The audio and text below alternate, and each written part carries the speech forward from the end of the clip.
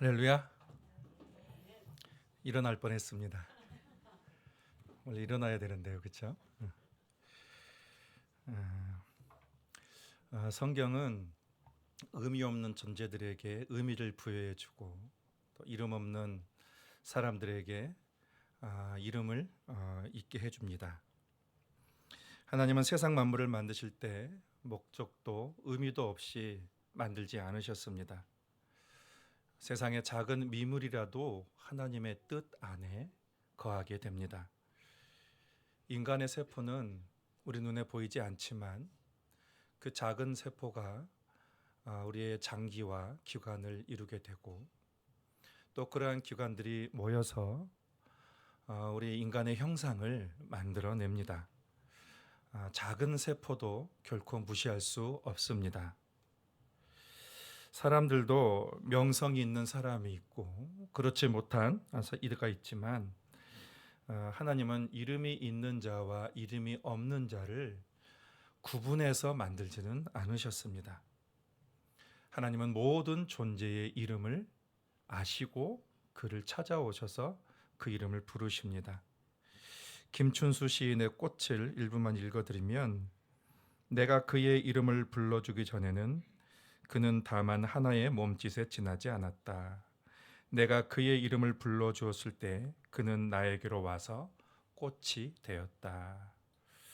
들에 피는 수많은 이름 없는 꽃들도 누군가 찾아와서 관심을 가져주고 이름을 불러주면 비로소 보잘것없는 미물일지라도 의미 있는 존재로 탄생하게 된다는 그런 내용입니다. 사람들은 거대하고 크고 화려한 것을 기억하고 인정하지만 하나님은 세상의 모든 존재하는 것들을 그것에 감탄을 하십니다. 다 의미가 있고 가치 있는 것으로 보시게 됩니다. 오늘 같이 읽은 본문은 오실 예수 그리스도를 예언하는 성경으로 알려져 있습니다. 미가 선지자는 이사야와 동시대에 활동했던 사람이고 그는 북이스라엘이 아수르에 의해서 멸망당하는 것을 친히 목격했으며 그리고 남유다가 여전히 위험 속에 있는 그런 상황 속에서 활동을 했습니다. 그는 이스라엘의 종교 지도들과 권력자들의 부패한 상황을 드러내었고 하나님이 원하시는 제사는 공의를 행하고 인자를 사랑하며 겸손히 내 하나님과 함께 행하는 것이다 라고 선언했던 사람으로 유명합니다.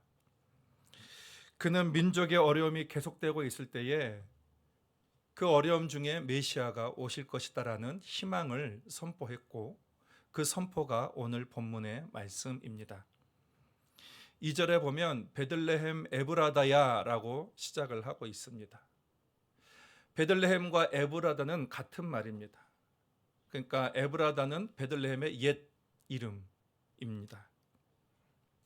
베들레헴은 예루살렘 남서쪽 약 한 10km에 700에서 800m의 그 고산지대에 위치되어 있습니다. 당시의 인구가 1000명도 채 되지 않은 작은 시골 도시였습니다. 정치적으로도 군사적으로도 그 중요성이 아주 낮았습니다. 당시 사람들이 주목하지 않던 그러한 땅이었는데 하나님은 그 땅을 주목하고 계셨습니다. 그 땅에서 하나님의 구원 역사가 시작되어 온 세상의 기쁨과 소망이 전파될 것이다 라고 미리 보고 계셨습니다. 2절에 보면 베들레헴 에브라다야 너는 유다 족속 중에 작을지라도 이스라엘을 다스릴 자가 내게서 내게로 나올 것이라 그의 근본은 상고의 영혼에 있느니라. 베들레헴이라는 작은 마을에서 세상의 구원이 시작될 것이라는 것은 어느 누구도 예상하지 못했습니다. 근데 하나님은 그 땅의 이름을 직접 부르시면서 놀라운 일이 그 땅에 일어날 것이다 라고 예언을 하셨습니다. 그 땅에서 이스라엘을 다스릴 자가 나올 것이다. 메시아가, 세상을 구원할 메시아가 나올 것이다 라는 것입니다. 내게서 내게로 나올 것이다. 이게 무슨 말일까요? 네게라는 것은 베들레헴을 의인화한 그런 말입니다. 네게로부터 베들레헴에서 네게로, 이것은 네게라는 말은 원어적으로는 나를 위하여 나올 것이다라는 것은 탄생할 것이다라는 말입니다. 그래서 메시아가 베들레헴에서 출생할 것인데 그의 목적은 나를 위하여, 하나님의 구원 계획을 위하여라고 강조하고 있는 말씀입니다. 그리고 그 다음에 보면 그의 근본은 상고의 영원에 있느니라라고 했습니다. 메시아의 무한함을 강조하고 있는 말씀이에요. 앞에서는 베들레헴이라는 장소를 강조했고 이 뒤에서는 메시아의 무한함, 영원함을 강조한 말입니다. 그의 근본, 그의 기초, 그의 시작은 상고에, 이것은 아주 오래전에, 영원 전에 말이에요. 그래서 여기서 말하는 것은 베들레헴에서 하나님의 구원 역사를 위하여 탄생하실 메시아는 그 기원이 시작도 없고 끝도 없는 영원하신 분이다. 그러니까 우리가 흔히 말하는 알파와 오메가, 그리고 시작과 마지막, 그분이 메시아다라는 그 말씀을 우리에게 전해주고 있습니다. 하나님은 예상 밖의 장소와 사람을 통해서 역사하시는 경우가 많습니다. 누구도 예상하지 못했던 현장이에요.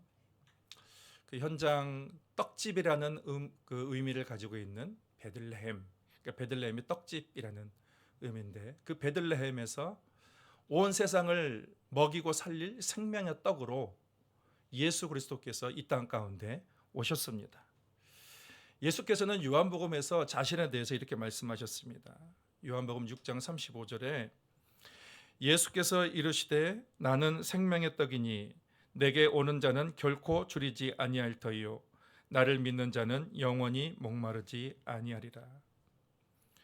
사람이 사는 모든 문제는 먹고 사는 문제입니다. 먹는 것의 문제입니다. 근데 사람은 육신에 먹는 것을 채우는 것만으로는 만족할 수가 없습니다.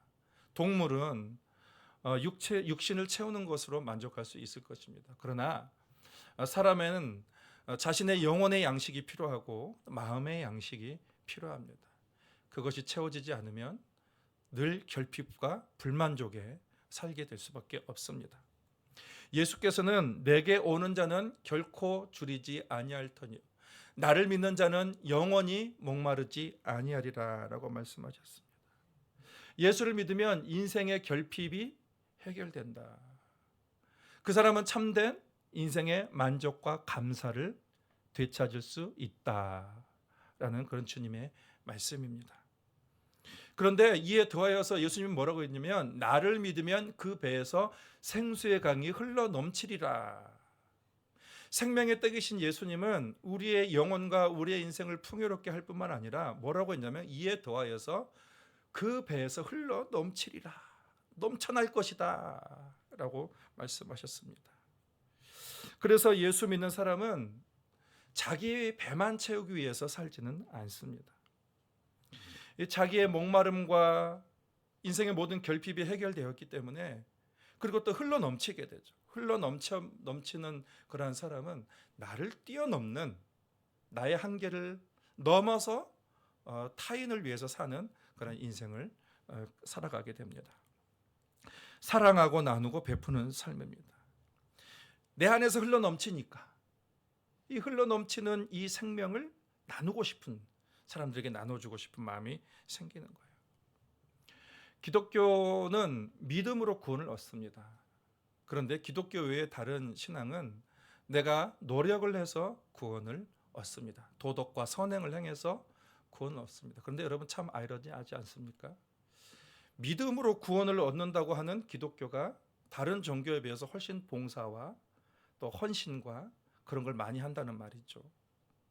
통계에 의하면 지금까지 한국의 사회복지의 70%를 기독교가 담당해 왔습니다. 이게 통계가 나와 있습니다.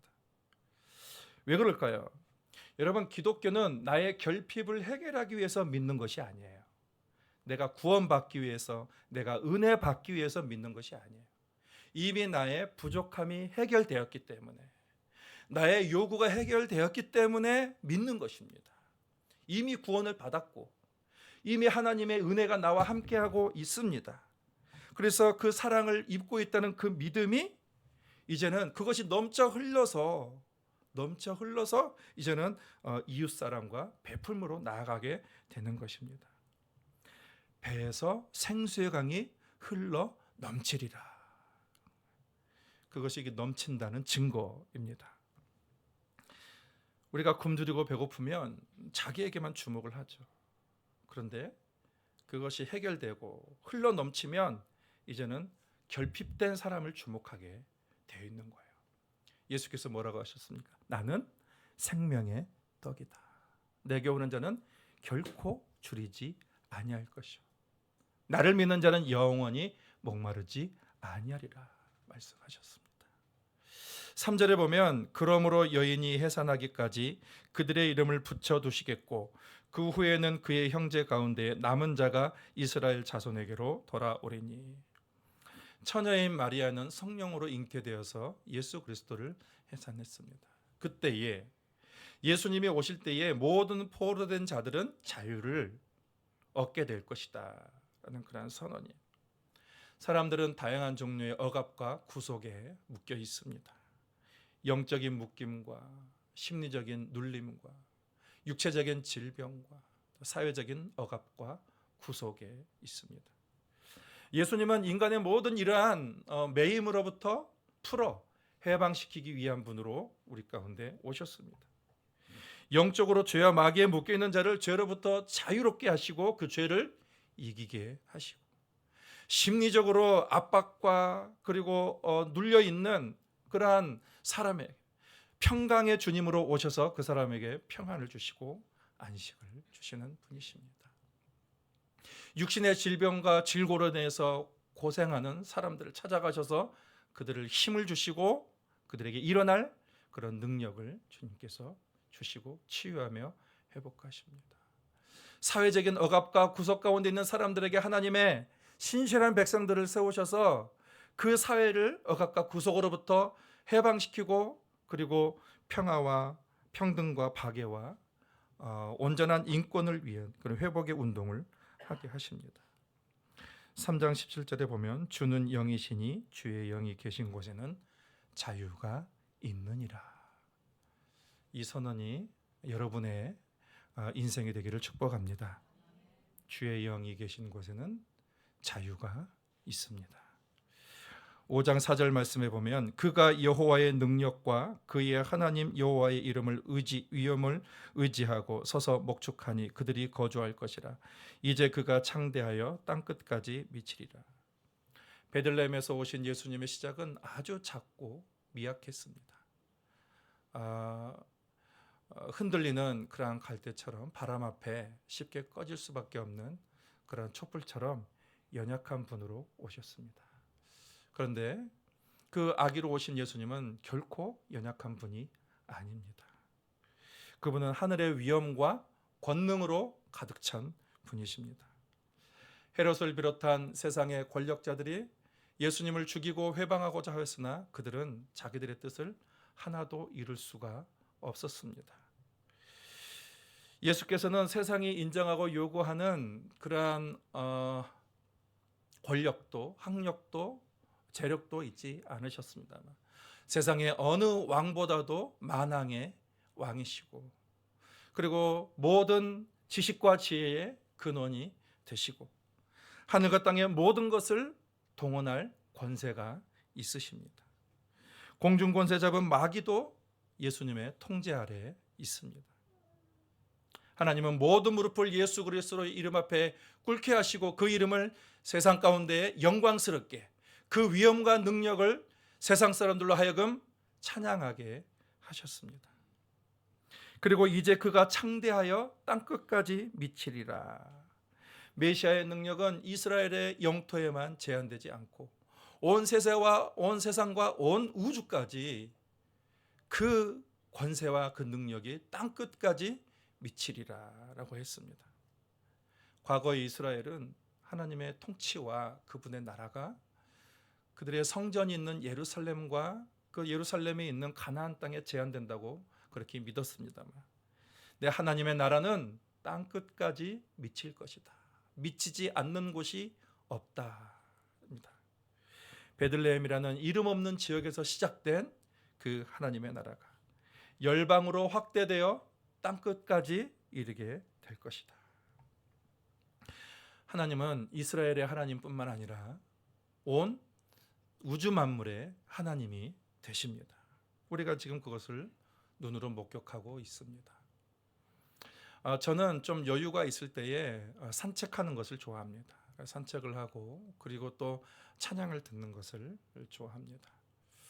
근데 찬양을 듣다 보면은 그 찬양 아래에 사람들이 댓글을 많이 써놨는데, 이게 우리나라 말로만 된 것이 아니라 뭐 러시아어, 또 아랍어, 또 영어, 일본어, 그런 언어들로 그 아래 댓글을 썼는데, 야, 너네 나라는 이렇게 하나님을 많이 믿는 사람이 있어서 좋겠다. 그렇게 하면서 너희 나라가 지금 어려운 중에 있는데 잘 되기를 축복한다. 너와 내가 얼굴색은 다르고 언어는 달라도 이 같은 하나님을 믿는다는 게 너무 흥분되고 너무 감사하다. 하나님을 찬양한다. 할렐루야라는 그러한 말들을 막 사람들이 써놓은 거예요. 열방에 있는 모든 사람들이 함께 하나님을 찬양하는 거예요. 하나님의 계획대로 이루어진 그 현실을 보는 한 장면입니다. 하나님은 모든 위엄과 능력을 가진 분이십니다. 그래서 우리는 어떤 환경에 처한다 할지라도 그 권능의 주님께 우리의 모든 미래를 맡길 수가 있습니다. 5절 전반부에 이 사람은 평강의 왕이 될 것이라. 오시는 주님은 평강의 왕이다. 세상은 빼앗고 경쟁하고 싸우고 전쟁합니다. 왜 그럴까요? 나를 지킨다는 명분이요. 우리 것을 지키기, 우리 것을 더 풍요롭게 하기 위한 그런 명분으로 빼앗고 싸웁니다. 전쟁을 합니다. 겉으로는 화해와 평화를 외치지만 속에서는 수싸움을 하고 있습니다. 머리싸움이 복잡하죠. 개인 이기주의, 그리고 공동체 이기주의, 국가 이기주의 더욱 심해지고 있습니다. 갈라지고 분열되어 있습니다. 근데 그리스도께서는 이 세상 모든 사람들이 그리스도 예수 안에서 통일되게 하기 위해서 오셨다. 화해와 평화를 위해서 오신 분이십니다. 죄로 인해 하나님과 갈라지고 단절되었던 그 관계를 십자가로 회복시키시고, 그리고 유대인과 이방인과 모든 나라의 사람들을 그 안에서 하나 되게 하시기 위해서 평화의 왕으로 주님은 오셨습니다. 동독과 서독이 갈라져 있었습니다. 지금은 하나의 독일인데, 근데 그때 그 1989년에 동독과 서독이 통일되게 하는 중요한 배경이 되는 그 역할을 했던 게 성 니콜라이 교회라는 걸, 라이프치히에 있다고 그러는데 성 니콜라이 교회입니다. 이 교회가 동독에 있었는데 그 동독의 그 공산주의 그 치하에 유일하게 사람들의 안식처가 되었다라고 합니다. 사람들은 그곳에서 마음껏 자유롭게 자유를 누릴 수 있어서 그 교회에서 그 평안을 찾았습니다. 1980년 초부터 한 20여 명의 사람들이 월요일 저녁마다 그 교회에 모여서 나라의 통일과 안녕을 위해서 기도를 했습니다. 근데 이 소문이 사람들 앞에 퍼지기 시작을 하더니 그 교회 가면 자유로울 수 있고 그리고 나라를 위해서 기도한다더라. 그런 소문이 퍼져서 나중에는 수만 또 10만 명가량까지 사람들이 모이게 됐습니다. 경찰이 와서 그것을 저지하고 그것을 방해하려고 했어도 더 많은 사람들이 몰려오게 되는 거예요. 그리고 1989년 10월에 12만여 명의 사람들이 모여서 함께 기도하고 거리 행진을 하면서 동독의 민주주의와 자유와 통일을 위해서 함께 기도를 했습니다. 이때 그곳에 같이 왔던 경찰들도 그들을 방해하는 것이 아니라 그들의 기도에 감동이 되어서 그들에게 우호적인 그런 마음을 갖게 되었다는 것입니다. 그리고 약 한 달 후인 1989년 11월 9일에 베를린 장벽이 무너지고 통일이 이루어졌습니다. 후에 역사가들과 정치가들은 독일 통일에 정말 중요한 그런 역할을 했던 것을 니콜라이 교회다라고 사람들은 인정을 하고 있습니다. 통일과 화해의 초석이 되었던 그 교회는 오늘날 평화를 갈망하는, 또 평화를 이루어야 될 그 사명을 가진 교회들에게 큰 영감을 주고 있습니다. 여러분, 예수님은 평화의 왕으로 오셨습니다. 예수님이 계신 곳에 화해가 일어납니다. 그리고 이 땅의 교회는 주님의 역사를 이루어야 될 사명을 가지고 있습니다. 말씀을 맺겠습니다. 베들레헴은 작은 마을이었지만 만왕의 왕이신 그 예수 그리스도께서 그 땅에 오심으로 세상에서 가장 빛나는 땅이 되었습니다. 예수님의 행적을 기록한 마태복음은 예수님을 예언한 이 미가의 예언을 이렇게 인용을 했습니다. 6절 말씀에 보면, 또 유대 땅 베들레헴아, 너는 유대의 고을 중에서 가장 작지 아니하도다. 내게서 한 다스리는 자가 나와서 내 백성 이스라엘의 목자가 되리라 하였음이니라. 세상을 구원할 생명이 유대의 작은 땅에서 시작이 되어서 온 세상까지 전파가 되었습니다. 하나님은 이름 없는 자를 명성 있게 하시고 비천하고 미력한 자를 강하게 들어 사용하시는 분이십니다. 인류 역사상 하나님께 가장 많이 사용되었던 그런 위대한 일을 이루었던 사도 바울, 그는 세상에서 볼 때는 굉장히 큰 자였습니다. 당대 최대의 학문 선생이었던 가말리엘의 문화생이었고, 히브리인 중에 히브리인이요, 율법으로는 흠이 없이 지키는 사람이었어. 근데 그가 내가 큰 자라는 것을 내세웠을 때 그는 아무 일도 할 수 없었습니다. 그리고 그가 고백하는 것은 내가 약할 때 곧 그리스도의 강함이 나타난다. 내가 약함으로 그리스도의 능력이 나타난다. 라고 그렇게 고백을 했습니다. 여러분, 이것이 복음의 역설입니다. 일반적인 관점에서는 모순인 것 같은데 그 안에는 엄청난 진리, 보석을 담고 있습니다. 하나님은 위대한 것, 미천한 것, 큰 것, 작은 것, 처음부터 그것을 구별하지 않았어요. 그것은 인간이 구별하는 것입니다. 우리가 보기에 작고 보잘것 없을지라도 하나님이 붙들어 사용하신다면 놀라운 영광의 통로가 될 수 있는 것입니다. 작다고 별것 아니라고 우리는 무시해서는 안 됩니다. 하나님 보시기에 모든 것이 다 하나님 보시기에 귀하고 영광스러운 것들입니다. 여러분 스스로 나는 작은 존재다, 별 볼 일 없는 존재다 여기지 마시길 바랍니다. 하나님은 여러분을 그렇게 만들지 않으셨습니다.